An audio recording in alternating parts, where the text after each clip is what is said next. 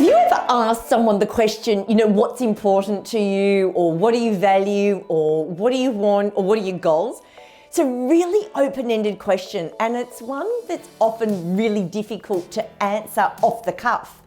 So I've just finished reading an amazing book by Daniel Pink, or Dan Pink as he goes by, called The Power of Regrets. And just amazing, because I love in particular how he reframes regret, which often we think of as, it's not good, it's the anti, kind of how do you live life without regrets.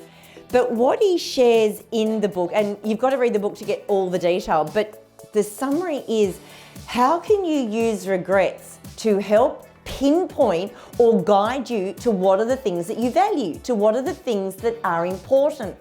And throughout the book shares some of the big things that have happened, but also some of the little things.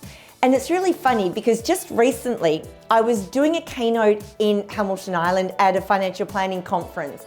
And I got up there a couple of days early, but my luggage decided to have an overnight stay in Sydney. I wasn't in Sydney, I was in Hamilton Island. My luggage had a 24-hour overnight stay. And what's really funny is normally I have my makeup purse in my handbag with me, but this trip I didn't. I'd actually packed it into my checked luggage. So I end up at this conference in Hamilton Island, ready to do my keynote, which wasn't for a couple of days, so I did buy some time, but with nothing other than my laptop charger, and my phone charger. And I mean nothing else other than the clothes on my back. So it was funny because I remember it was 4 a.m. on the Monday morning before I was about to get myself off to the airport to get the flight. And I had my makeup purse in my hands, which as I said, normally goes in my handbag. And at the last minute, I thought, I'll just put it into my checked luggage. Just one less thing for me to carry. And they've got such tight weight limits on any baggage that you do take on the plane with you. Now that's a regret, right? I regret not putting my essentials in my handbag with me. It's only a small regret, but I tell you what, gee, I value it.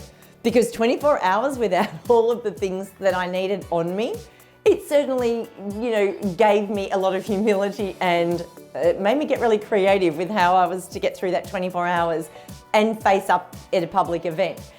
But what are some of the regrets that you've had, or what are some of the regrets that your clients have had, big or small?